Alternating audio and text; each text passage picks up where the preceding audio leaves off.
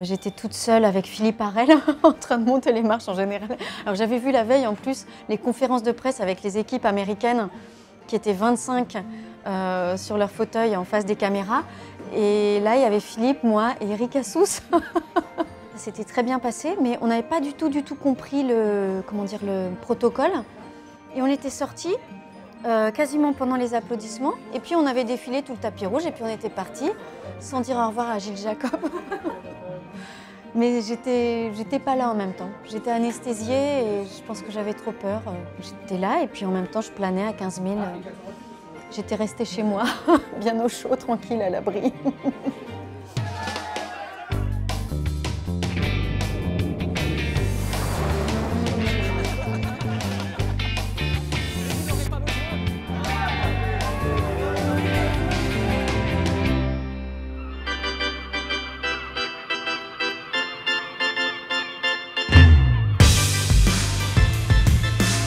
Bienvenue à tous pour ce 5e épisode de Cannes Séries et compagnie. Loin du palais, des festivals, de ces salles de projection, de ces marches, qu'il est bon parfois de savourer le cinéma en plein air, les pieds dans le sable. Un peu de simplicité, ça fait du bien. Il se peut parfois que dans nos rencontres, chère Sophie et chère Charlotte, que nous soyons un peu comme sur l'épaule de l'ange. Ce moment de grâce, ce soir, c'est l'acteur et réalisateur italien Sergio Castellitto qui nous en fait la faveur. Ah, lui qui parle si bien de vous, les femmes. Parler des femmes, c'est bien, mais parler aux femmes, c'est mieux. C'est vrai. Comment parler aux filles dans les soirées? C'est la question que pose le toujours très punk John Cameron Mitchell dans son nouveau film présenté hors compétition, une pépite psychédélique et revigorante. Et tout de suite, on commence avec deux héros irlandais. L'un est un acteur expérimenté, habitué du festival. L'autre découvre les paillettes et le tapis rouge. Colin Farrell et Barry Keoghan.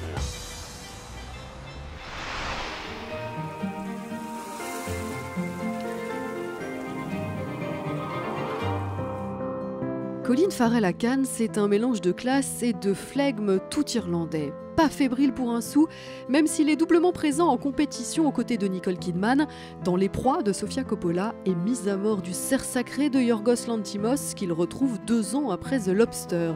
Une œuvre kubrickienne où il voit sa vie parfaitement ordonnée, bouleversée par un mystérieux jeune homme incarné par Barry Keoghan, un compatriote de Colin Farrell que ce dernier chaperonne comme un grand frère.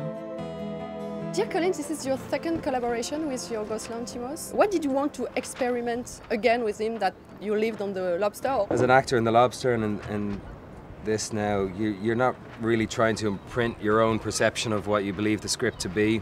It's not as much for me anyway, and Barry will tell you maybe something different, but it's not as much about interpreting the character as about stepping into a world that's already been pre-designed very specifically by Efthymis and Yorgos, and it's so unique and unusual what they do and the stories that they tell and how Yorgos frames everything, and the pace of the shoot and the energy on the set is very, very specific. Barry, what kind of director is he? Is he very close to you on set? Does he talk a lot? Or? No, he's pretty straightforward, like, you know, simple, and keeps it kind of minimal. Like, he can say 2 words and you just, or he can even just do it like a little shrug, and you know what he means. Like. I probably do have a little more hair than you do because I'm older than you. But soon you'll have more hair too. It's all down to hormones. Can you show me, please? Can you take off your shirt and show me, please? Please. This is a very brilliant but very clinical film, so the characters seem almost to feel nothing. How tricky is that to play characters who are so cold, so in control? The characters aren't histrionic, they're not incredibly emotional, they seem to have a kind of a emotional flatness inside, or an emotional vacuum that they all exist within. Yorgos' work, more than I think any director I've worked with, is so open to interpretation and being interpreted in many different ways, depending on what you bring and your own personal perspective to the film. But playing it is an exercise in containment. So you just try and stay beneath everything and let the story and let the characters and the situations take care of themselves, and just be beneath it all, you know, be quiet in it. Have you talked together as 2 Irish men about each other's history as actors? Were you trained the same way? Train the same way? Yeah, or not No, at I'm all? still looking or- forward to doing a bit of training someday. Me too, yeah, we're both legends from Dublin. That's right, yeah, from the horse's mouth. But apart from that, in your way of working or in your No, way I of seeing life? We have a similar sensibility in that way, regardless of the fact that we're from socially kind of different backgrounds. But I went to college, to theatre school for like a year and then dropped out, couldn't handle it. I did great in every class but acting. Yeah. I nailed ballet. And I was brilliant at fencing, and then the acting didn't work out at all. So I left theatre school, and it's been a struggle ever since. And he's just, you know, You should go back for the laugh. And he's see just what they taken say. he's just taken all of his life experience, of which he has many experiences in his life to draw from, and he's just a great storyteller and an incredibly talented young man and just a brilliant actor. But do you think Barry will live the same life as an actor as you were? Because the Oh, no, the job has he learned from my changed. mistakes. No, he learned from my mistakes. I'm not talking about personal He just life. stopped short of rehab. So I'm gonna stop acting at 27 and do boxing. Yeah, well, that's always an option. I have a last request. I'd like you, if you're okay with it, to have the last word of this interview. So I'm going to give you this, and I'd like you to write a word you like. Okay. Okay. There you go.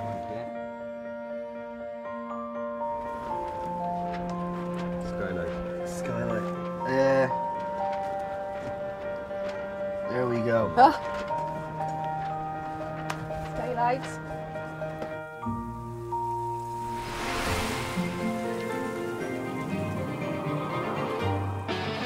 La pépite du jour n'est pas d'or mais de punk. Les Marches de Cannes ont accueilli une bande de rebelles à la dégaine décalée, loin des smokings noirs et des robes de princesse. Une Nicole Kidman rayonnante, une Elle Fanning mutine et vous, John Cameron Mitchell, chef de file d'une horde de magnifiques freaks. We don't want to be in competition. We're not that kind of a film. We want to be at a time where we can wear what we want, because you have to wear the black tuxedo at night. We're like, give us an afternoon or a midnight so we can be who we are and just relax. What's punk? All of John's work has an anti-establishment, kind of like rebellious feeling to it. Rise up, my children! I empathise with that. I feel like we need punk in the world now more than ever. Now that is punk. Do more punk to me. But I think everybody has a punk side. Everybody should, at least. Also, punk is just a sense of freedom, you know, to have just not be restrained. En effet, vous n'êtes pas du genre à faire des concessions. Depuis toujours, vos films offrent une tribune aux oubliés et aux silencieux, à tous ceux qui dessinent dans leur chambre en attendant des jours plus heureux, comme vous, enfants à l'imaginaire trop large pour la base militaire sur laquelle vous avez grandi. There's no shortage of need for a mode of expression. If it comes out of you, it actually is original, no matter what influenced you. That's part of punk, is like, be an original, and don't be afraid to know that if it comes out of your mouth or your hand or your clothes, it is original if you're truly expressing something of your own, but doing it in a community. Votre film pose une question existentielle. Comment parler aux filles dans les fêtes? Vous, ce que vous nous apprenez depuis des années, c'est à parler au monde, à cet autre sans lequel nous ne pourrions pas vivre. Alors l'idylle d'un jeune British et d'une jolie alien ne nous étonne même plus. This film is a little bit of punk for now, which is a different time than the late 70s, but has some similarities of a little atmosphere of fear, an atmosphere of closed down nationalism, and we are scared of the apocalypse. This is our answer to that, which is an answer of love and expression and fun and teenage insecurity and all those things that you might find in a Romeo and Juliet story. John, vos fables musicales hystériques et dissonantes sont revigorantes. Avec vous, la vie reprend des couleurs, de la folie et de l'énergie. Join the party or don't. If you're not having a good time, that's your own problem. On ne l'aurait pas mieux dit.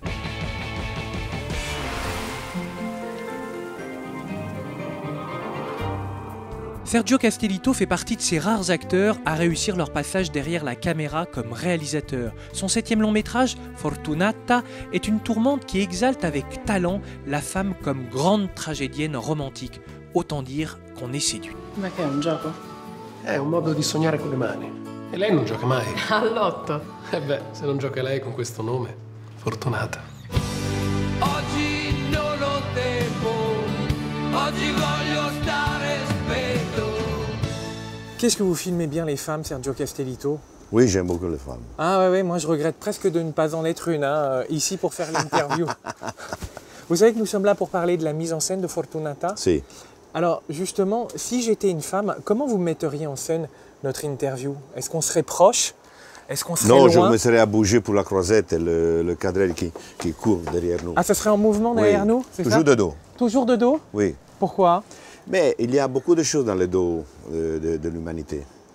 Il y a beaucoup de choses ici, dans la nuque. Dans la nuque, tu vois quelqu'un qui est comme ça. Quand il est triste, il est comme ça. Quand il est gay, il est comme ça. Il y a beaucoup de choses.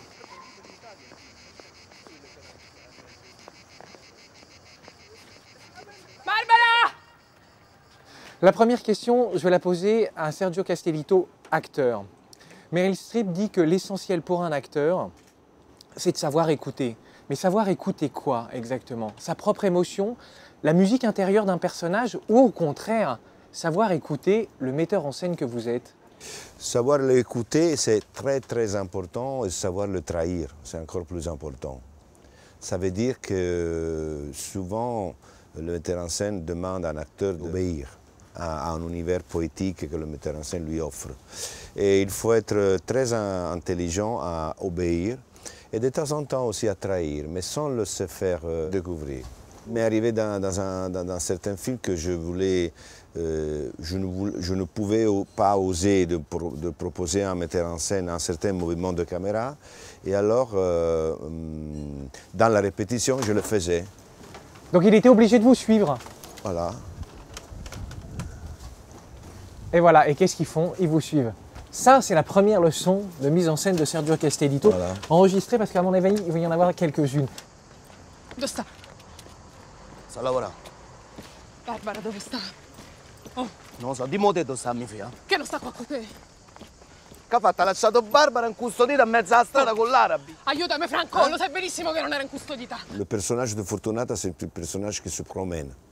Et naturellement, quand on va choisir un personnage, on va raconter un personnage qui bouge beaucoup, la caméra, qu'est-ce qu'elle fait? Elle la suit. Et ça, c'est déjà il movimento. Il primo movimento. C'est le premier mouvement. Le premier mouvement. Et de temps en temps, cette femme s'arrête. Et alors, la caméra qui a couru vers elle, elle s'arrête, elle fait un peu comme ça. Elle se rapproche. Et dès qu'elle se rapproche sur le gros plan, elle repart. Elle repart. Ouf. Insaisissable. Et tout repart. La caméra, c'est l'homme qui la persécuta. Qui la persécute? Oui, c'est une caméra qui la persécute, en quelque mesure. Alors, ce film, il est écrit par votre femme, Madame Mazzantini, qui est une grande romancière italienne. On sait que pour les écrivains, l'essentiel, c'est de choisir ses mots. C'est quoi qui est essentiel dans votre mise en scène? Le silence. Les silences sont comme le mot. C'est pour ça que les yeux d'un acteur filmé dans 8 secondes, les yeux d'un acteur filmé racontent plus qu'un monologue. Non? Oui. Non c'ha diritti. Ma te la parola diritti non sai manco come si scrive. Qu'est-ce que c'est pour vous un bon cadre? C'est suggérer quelque chose qu'on ne voit pas? Moi, j'ai eu de la chance à travailler il y a beaucoup d'années avec Marco Ferreri, qui était un génie, un grand metteur en scène italien. Et il me disait une chose, ça n'existe qu'une image. Tu peux faire comme ça, après faire comme ça fait que... Ça n'existe qu'une image. Ou tu la trouves, ou tu es perdu. Ah, il raisonnait comme un peintre. Et vous raisonnez comment? Un peu comme lui. Il y a une tradition dans cette émission, Sergio Castellitto, c'est une question de fin, comme rituel. Une question très intime. Est-ce que vous êtes prêt? Si. Si? Si, je dis toujours la vérité. Très bien. Sergio Castellitto, pourquoi filmez-vous? Pour éloigner la peur de la mort, on peut dire.